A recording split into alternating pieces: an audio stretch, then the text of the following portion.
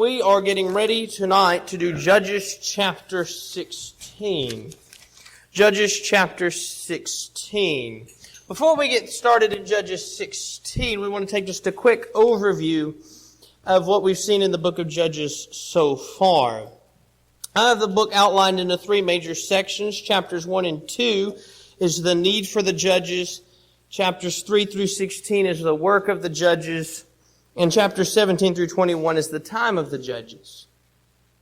Tonight we're studying chapter 16 and we're finishing up that second section on the work of the judges. There's the cycle of the book of Judges that we see over and over again. Israel will do what is evil in the eyes of the Lord, and so God will send an oppressor to punish them. They're going to cry out to God. God will send a deliverer, and then the land will have rest or peace. Until the deliverer dies, and then oftentimes the cycle repeats itself, and it repeats itself again and again throughout the book. Tonight, as already mentioned, we're going to be studying Judges chapter 16. We studied last week in chapters 14 and 15, and even the week before in chapter 13, about the story of Samson.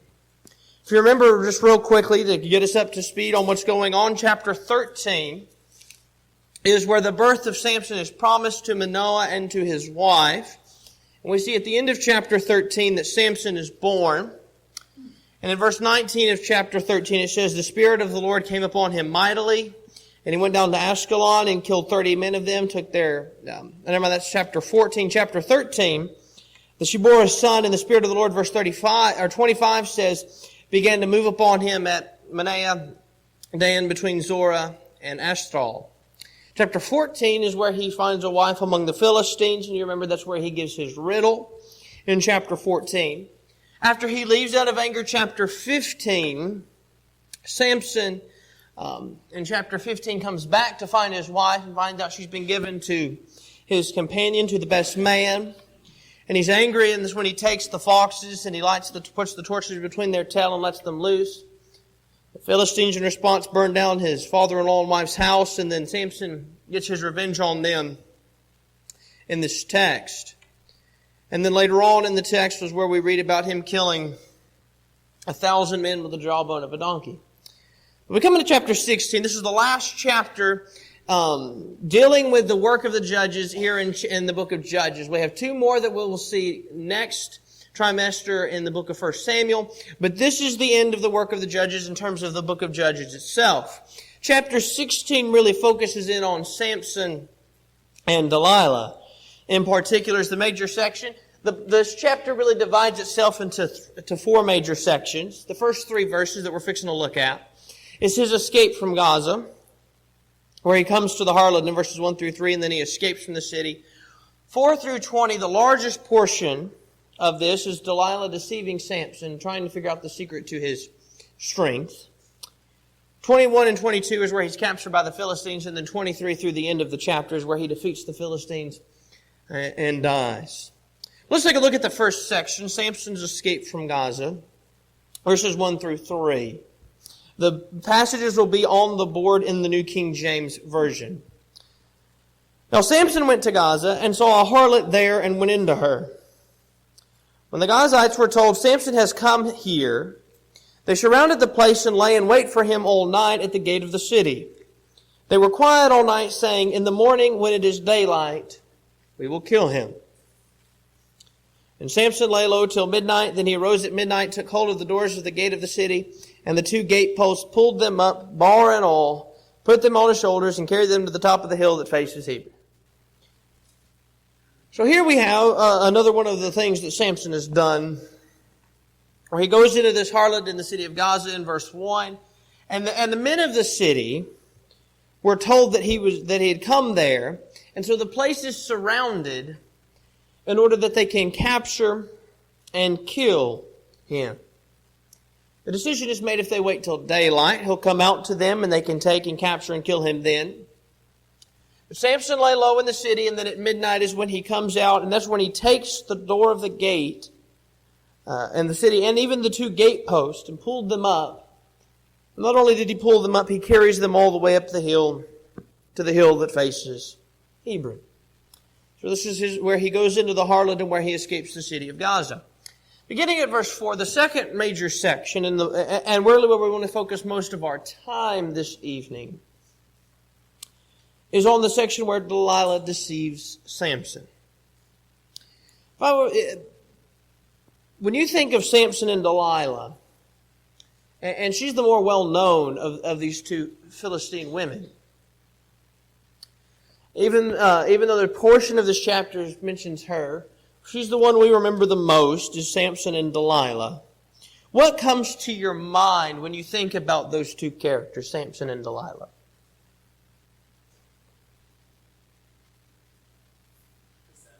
Deception. Right, she deceives him in this text.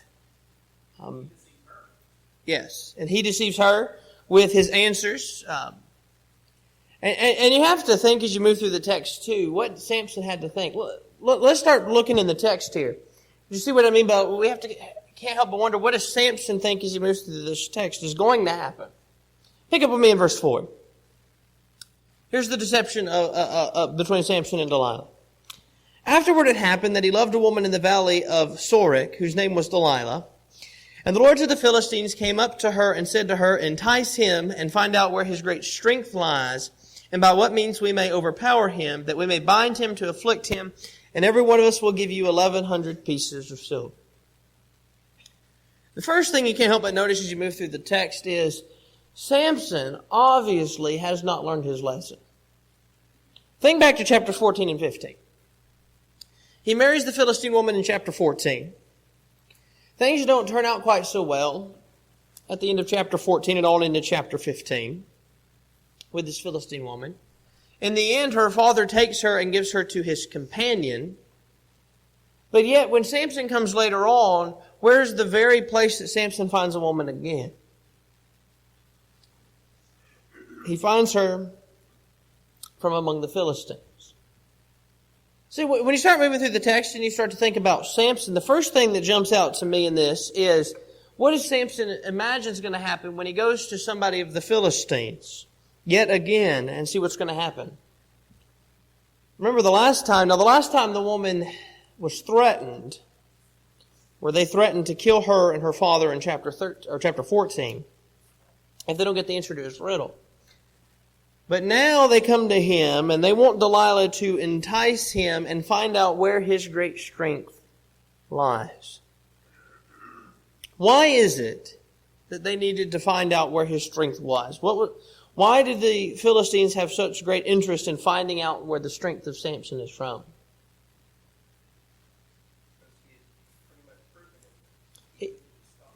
He had proven he couldn't be stopped. I mean, you think about the stories again. Here's a man that, going back into chapter 13, kills a lion with his bare hands.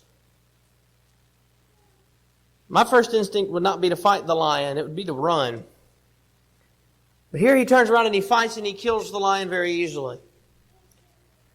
Here's a man that after he tells these 30 men that are at the wedding feast in chapter 13 that they can have the changes of clothes if they figure out his riddle, and they figure it out. He goes and kills 30 men and takes their clothes. In chapter 14, this is a man that caught 300 foxes and then let the torches between their tails and let them go. This is a man that later on, in chapter 15, as he continues to fight, that he's tied up tied up and taken to the people of the Philistines, and he fought them with the jawbone of a donkey and killed 1,000 men. So the Philistines want to find out how to subdue Samson because they cannot defeat him as long as he has this strength. I mean, the man, the last story we read outside of his complaining to God that he's going to die in 18 through 20 of chapter 15 is him killing 1,000 men with the jawbone of a donkey. The jawbone of a donkey is not the most impressive weapon that he could have chosen. And 1,000 men is a lot of men to fight, and yet Samson easily defeats them. So they know they've got to figure out where his strength lies. Let's pick up in verse 6 now. So they want to find out, where is the strength of Samson from? Verse 6. So Delilah said to Samson, please tell me where your great strength lies, and with what you may be bound to afflict you. Again, you got to wonder what Samson's thinking. He's going to deceive her with the answer he gives. But at this point, he's got to realize that she is out working with them to find some way to defeat him. This is not a question that's just something that just popped into her mind all of a sudden. Like, oh, Samson, by the way, I was just curious. Where does your strength come from? What can we bind you with to afflict you? Listen to Samson, verse 7. And Samson said to her, if they bind me with 7 fresh bowstrings, not yet dried, then I shall become weak and be like any other man. So here Delilah thinks, well, there's the answer. He's just told us what we got to do. Verse 8. So the lords of the Philistines brought up to her 7 fresh bowstrings, not yet dried, and she bound him with them. Now men were lying in wait, staying with her in the room, and she said to him, the Philistines are upon you, Samson. But he broke the bowstrings as a strand of yarn breaks when it touches fire. So the secret of his strength was not known. So she has asked once, Samson, where does your strength lie? He says, 7 fresh bowstrings, that'll subdue me. So she ties him with 7 fresh bowstrings, and then he breaks them. Okay, so that's not the secret. Obviously, it's not fresh bowstrings. Let's look at verse 10. Then Delilah said to Samson, look, you have mocked me and told me lies. Now, please tell me with what you may be bound with. She says, she turns to him, Samson, you've deceived me. I asked you a question, you gave me an answer, and you obviously didn't tell me the truth. So what is the answer to the question I asked? Samson again gives her an answer, but not the right answer. Verse 11. So he said to her, if they bind me securely with new ropes that have never been used, then I shall become weak and be like any other man. Of course, Delilah wants to find the secret out. He's told her what an answer, not the answer, but what she thinks is the answer. And so she takes the new rope, took new ropes and bound him with them, and said the same thing again. The Philistines are upon you, Samson. And the men were lying in wait, staying in the room, but he broke them off his arms like a thread. Last time he broke them, we saw, back in the previous verses, that he broke the bowstrings as though they were yarn that had touched fire. Again, we're seeing the impressive strength of Samson. We'll talk about some lessons we learn about that later on, but just the sheer strength that Samson has. So then again, he tells her that it's with ropes. She ties him with ropes. He breaks the rope as though it were a thread. Now think about how easy it is to break a thread. Think about how hard it is to break a rope. I've had times, now maybe I just need to sharpen my knives better, but I've had times I couldn't even cut a rope. And here he is so strong, he just snaps it like it's a thread. So verse 13, she says again, you've mocked me and told me lies. Tell me what you may be bound with. And he said to her, if you weave the 7 locks of my hair into the web of the loom.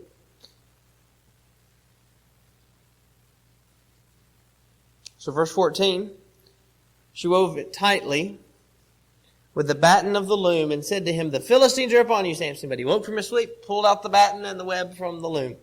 And you've got to be thinking at this point really 2 things. Samson obviously knows she's after something, that they're obviously trying to subdue him or something, because he is not giving honest answers. The answers that he is giving her is clearly he means to deceive her, because he knows she seeks the truth so that he can be defeated. You got to think at this point that Delilah has got to be thinking, what have I got to do to get him to tell me the truth? I've tried again and again and again, but he continues to tell me these lies and to deceive me. So verse 15, she decides she'll sweet talk him. Sort of make him feel guilty. See if she can't get an answer. How can you say, I love you, when your heart is not with me? You have mocked me these 3 times and have not told me where your great strength lies. So she's pressed him again, but this time she's told him before, hey, why don't you tell me? You're mocking me and you're not giving me the answer I want. So he gives her another false answer. She asks again and says, you're mocking me, but then he gives her another false answer.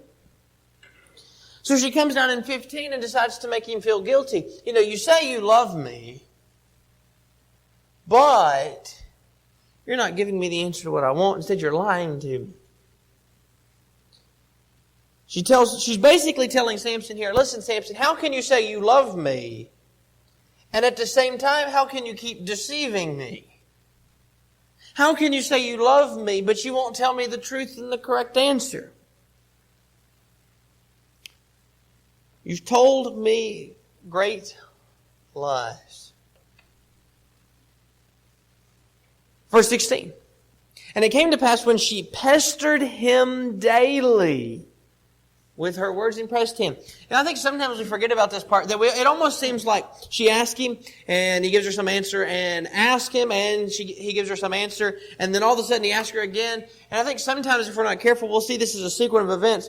Samson was pestered by her day after day until finally he gave her the answer. She pressed him hard, or pestered him, to the point that his soul was vexed to death.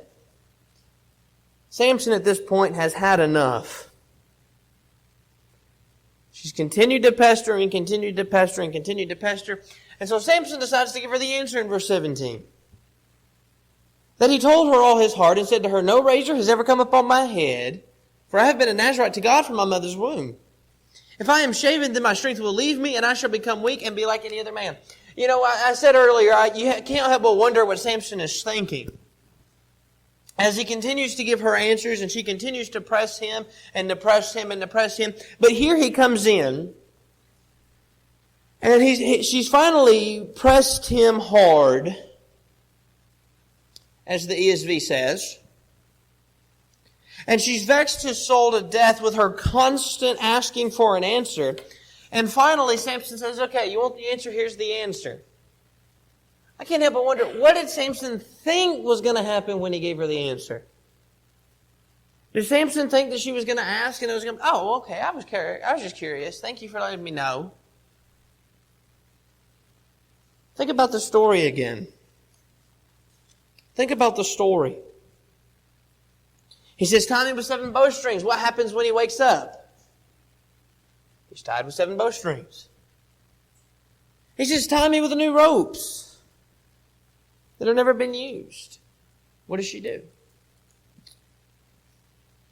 She ties him with new ropes. And then he says, weave my hair into the loom, and my strength will be gone. And she weaves his hair into the loom. So she's asked him, and she's asked him, and she's asked him, and finally he gives the correct answer. So in verse 18, when Delilah saw that he had told all his heart, so she sent and called for the lords of the Philistines, saying, come up once more, for he has told me all his heart. So the lords of the Philistines came up to her and brought the money in their hand. And she lulled him to sleep on her knees, and called for a man, and had him shave off the 7 locks of his head. And she began to torment him, and his strength left him. Again, what did he think was going to happen? She has done everything that he has told her would take away his strength. Obviously, she wants his strength gone. But she pestered him and pestered him and pestered him to the point he gave her the answer. I want you to think about some key lessons. We'll get to a bunch of key lessons later on at the end, but I want you to think about one that just stands out right here, right now in this text. Delilah, going back to verse 18 and all the way back really into verse 4 and 5, In verse 5, she is told by the lords of the Philistines that they will give her what if she gets the answer for his strength. According to verse 5. 1,100 pieces of silver from every one of them.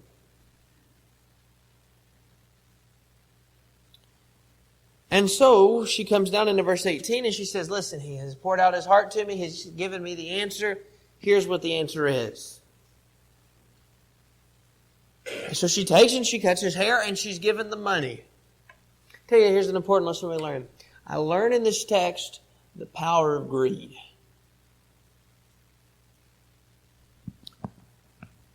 There's no doubt that Delilah was just not this person that she was just so great and that the money was what got her.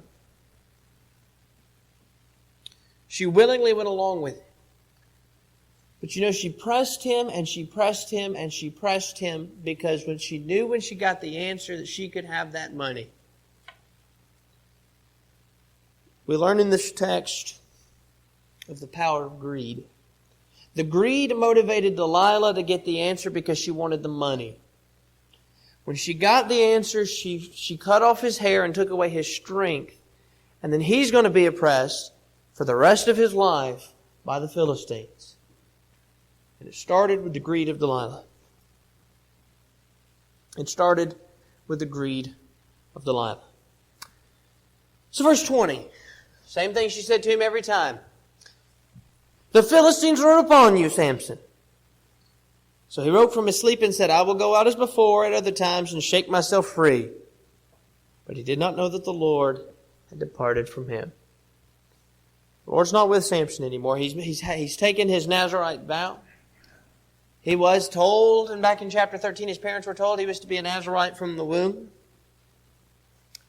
When his hair is cut, then part of that vow has been broken.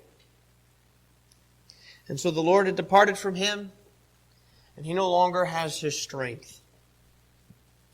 A man of great strength, a man we all remember for his strength. In fact, what's the first word? When you just hear Samson, what's the first word that comes to mind? His strength, or he's strong. That's the first thing that comes to mind. Here's this man that's what we remember him for. And his strength is gone because the Lord has departed from him. And you think about all the things that Samson has accomplished in his lifetime. All the good things that he has done in fighting and trying to free Israel from the Philistines. But in the end, he didn't do what God wanted him to do, and the Lord departed from Samson.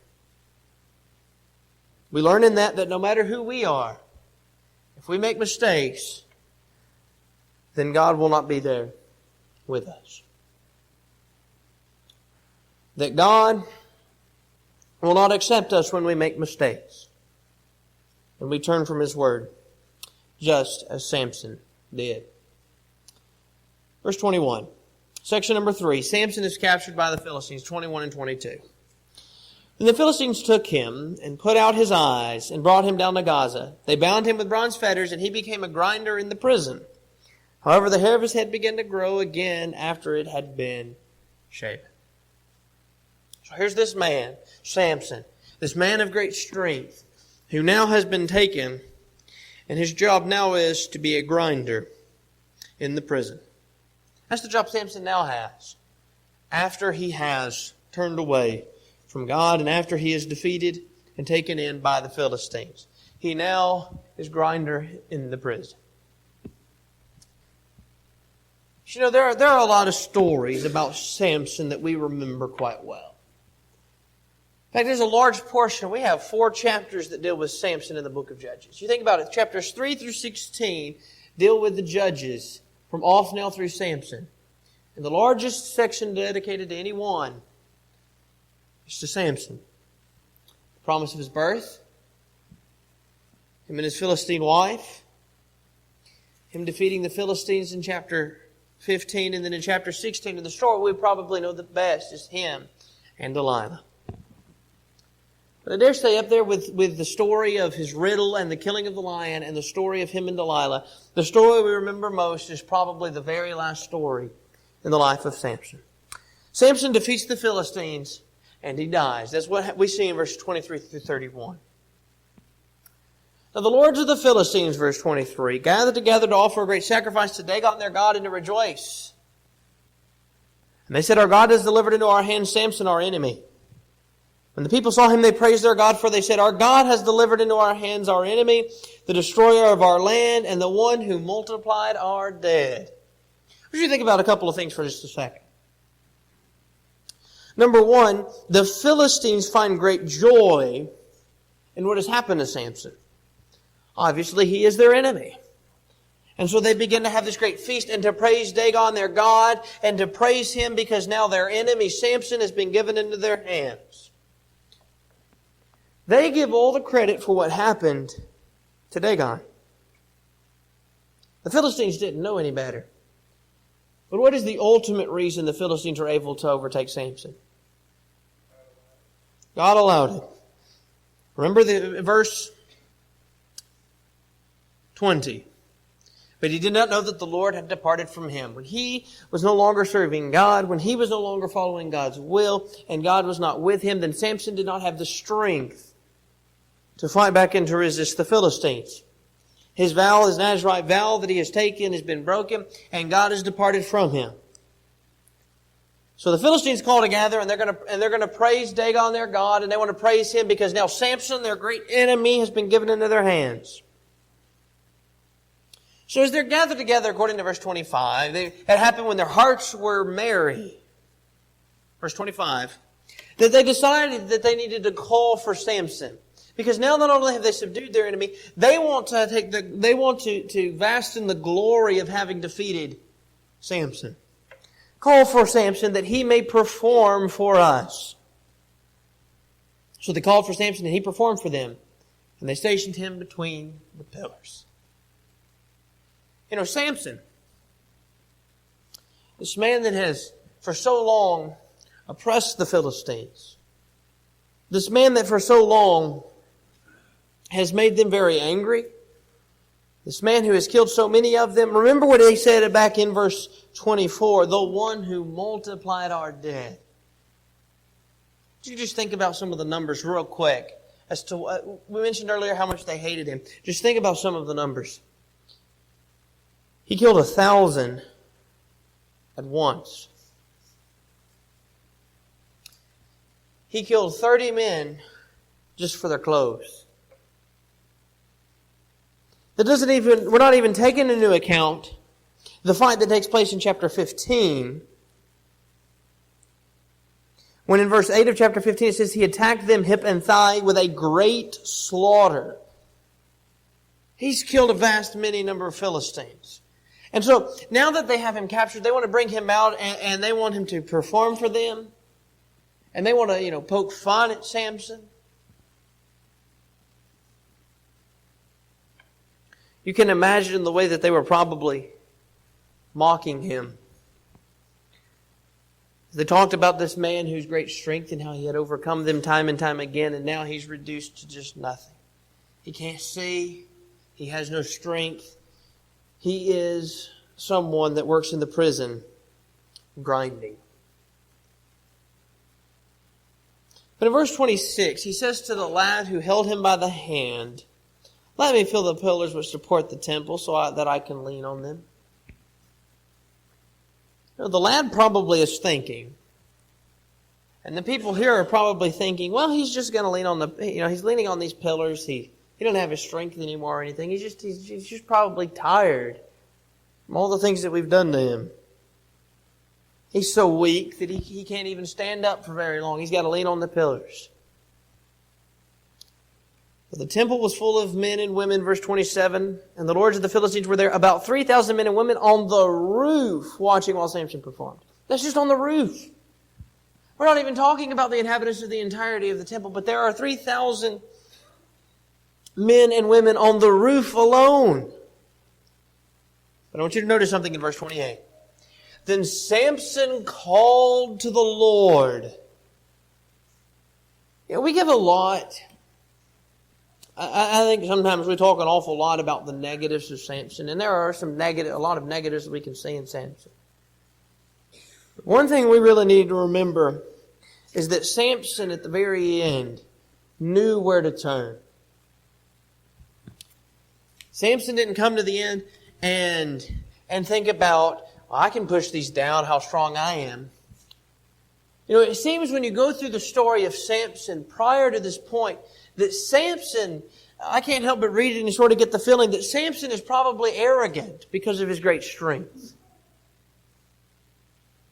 I mean, you think about it, when his hair is cut earlier in this chapter, he just thought, I'll cast him aside just like I always do. He seems to be somebody that took a lot of pride in his great strength. But you can't help but think, but when Samson is defeated by the Philistines and his eyes are poked out and he's a prisoner and they're poking fun at him and they bring him out as an object there at their worship to just laugh at, that he can't help but be humbled. And so in verse 28, he turns to the Lord and says, crying to the Lord, "O Lord God, remember me, I pray. Strengthen me, I pray, just this once. O God, that I may with one blow take vengeance on the Philistines for my 2 eyes." He turns to the end and he prays to God, "Lord, remember me and give me my strength." Samson doesn't pray for his strength, that he can have his strength back just like he once did, that he can take and he can defeat. He go out and fight the Philistines and can continue where he left off. He prays for strength just one more time, that I may with the one blow take vengeance on the Philistines for my 2 eyes. So verse 29, Samson took hold of the 2 middle pillars which supported the temple, and he braced himself against them, one on his right hand and the other on his left. Samson's not done talking. We've seen his prayer here, but here's what he says. "Let me die with the Philistines." And he pushed with all his might. And the temple fell on the lords and all the people who were in it. Here Samson turns to God and prays to God. And he prays for the Lord to give him his strength just one last time. And he pushes down the pillars of the temple. And this just tells you the great number of people that died that day. So the dead that he killed at his death were more than he had killed in his life. We talked about the numbers, just the numbers of what we've seen. There's the 30, there's the 1,000, there's great slaughter.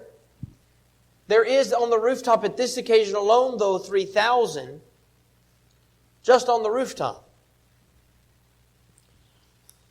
And Samson, in his defeat of the Philistines at the very end, kills more Philistines in his death than in his life.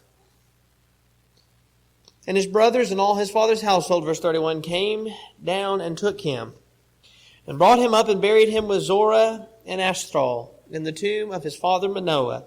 He had judged Israel 20 years. This is a side note before we finish the story of Samson. I think there's something interesting that we don't always think of. Remember, what do we know about Samson's parents back in chapter 13? Particularly, what do we know about his mother in chapter 13?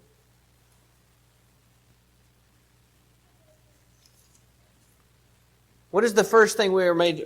What does the angel tell her or talk about in chapter 13? She was barren and had no children.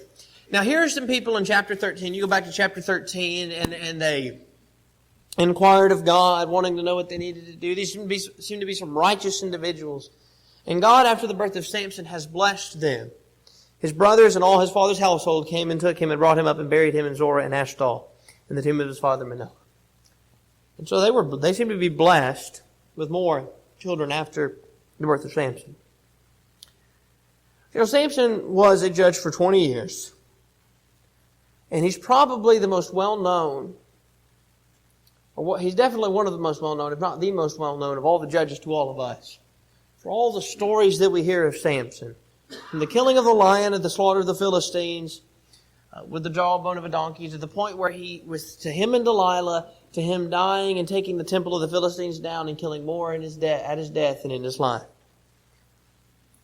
And so there are a lot of lessons we've seen and a lot of lessons we're fixing to talk about that we've seen tonight. on the life of Samson. But again, I want to summarize the chapter. 1 through 3, it says escape from Gaza.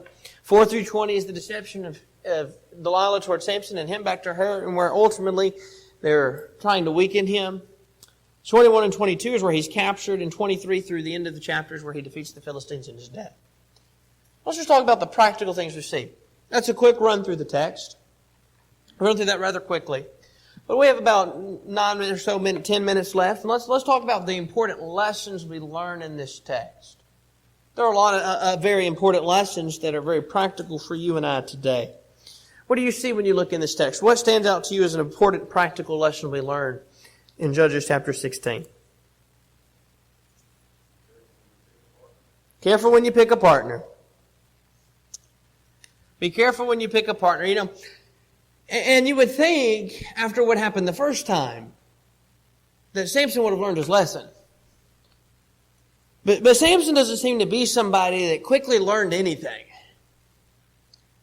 I mean, he didn't catch on to the fact the first time it didn't work out so well. So what do? I'm going to go right back to the Philistines and have a wife and take somebody again.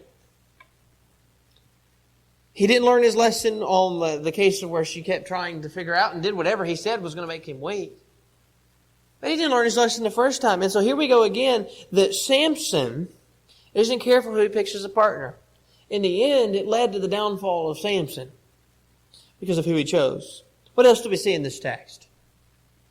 There are some other important lessons we learn in Judges 16.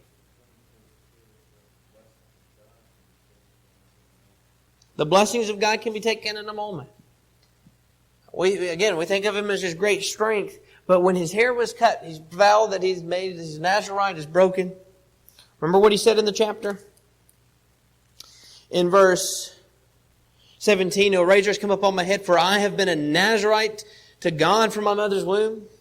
If I am shaven, then my strength will leave me, and I shall become weak and be like any other man." And so she cuts his hair, and in verse 20, the Lord departs from him. The Lord was there and blessed Samson, but then he left just in a moment and was not blessing Samson. What else do we see in this text?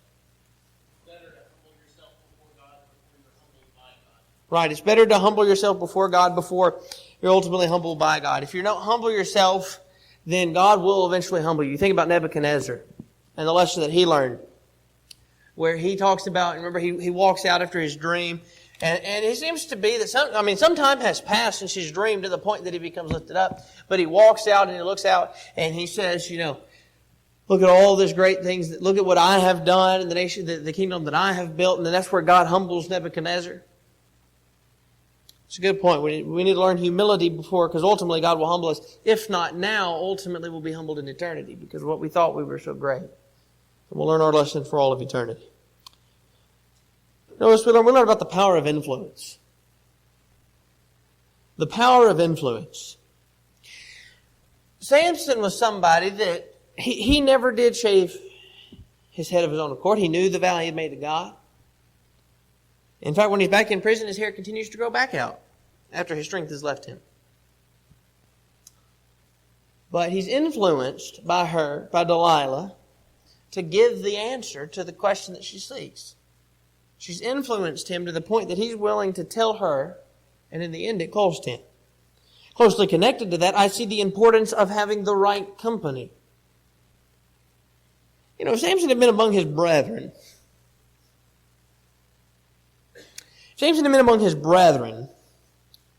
then he wouldn't have been enticed by these things. They wouldn't have been standing there saying, "Oh, Samson, tell us the reason you're so strong.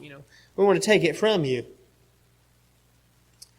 But he doesn't learn his lesson. He's there and gives her the answer, all because he chose the wrong company. That's important for us to learn. We need to be careful who we're around. We need to be careful who we're around. We're going to be influenced. That because of the power of influence, we've got to choose the right company. Because when we choose the right company, they can influence us in the wrong direction. Right. Ready to leave when things go south. I can't help but think of really two stories stand out in my mind when I think about the influence that people have. The first of those is in the book of 2 Samuel, where we learn about David and his son Amnon, remember, and Amnon loved Tamar, his sister, and Amnon was not going to act on that. But one of the saddest statements in all the Bible, at least the Old Testament to me, is the statement that, and Amnon had a friend. Because that should be something that's very encouraging. We have friends. But he had a friend whose name was Jonadab. Because of the person he associated with, look at where it led to Amnon. He listened to the advice of his friend. I think about Peter, who, when he's standing among the other apostles, says, "Not me, Lord. I'm not going to deny you. I'll even go with you and die." But when he warmed himself by the enemy's fire, he gave in. It's important we choose the right company. It's another lesson we learned. That good people make mistakes. Good people make mistakes. We talk about Samson a lot of times for all the mistakes that Samson made. And Samson made a lot of mistakes. But I want you to think about this statement made in the book of Hebrews. In Hebrews chapter 11, in that great chapter of faith, what some have titled the Hall of Faith, where we read of men like Abel, and Enoch, and Noah, and Abraham, and Jacob, and Moses. In verse 31 it says, "And what more shall I say?" After he's talked about Rahab. "And what more shall I say? For the time would fail me to tell of Gideon and Barak and Samson and Jephthah, also of David and Samuel and the prophets." We talk about some of these characters, Gideon and Barak and Jephthah and David and Samuel. We talk about them a lot of times for the good that they've done. Right there alongside them is mentioned Samson. Samson made a lot of bad mistakes. What I learned in that is even good people make bad mistakes. It doesn't excuse mistakes, but good people make mistakes. I'll tell you another lesson we learned. We learned of the need for God. The need for God. You think about how quickly things changed for Samson when God left him. That shows us the need for God. In fact, he learns that. Because in the end, where does Samson turn when he wants his strength back in order to defeat the Philistines one last time? He turns back to God. So I learned the need for God. Here's another one. I learned that strength comes from God. In this case, in this story, it was his physical strength that came from God. Samson was physically strong because the Lord was with him and the Lord had blessed him. But for us today, when we want to be spiritually strong, we've got to turn to God and worship God and study His Word and spend time in prayer. Because our strength does not come from us. Not the way that we are is not going to save us just because we're so great. We've seen that as we talked about in the book of Romans. Talked about it a couple of weeks ago in the book of Ephesians. Our strength ultimately, though, comes from God. We've got to turn to serve God. If we're not serving God, then we're going to be weak. I see that strength comes from God. I'll tell you one last lesson I see. I think it's a lesson that we often forget. Is turning back to God. Turning back to God. For all the mistakes that Samson makes, Samson in the very end turned back to God. And he turned and prayed to God that the Lord would bless him and give him back his strength. And He did. And so in the book of Hebrews, when we talk about those great characters of faith, it says that time would not permit to talk about Gideon and Barak and Samson. But ultimately, he was a great man of faith, and he turned back to God in the end and made things right.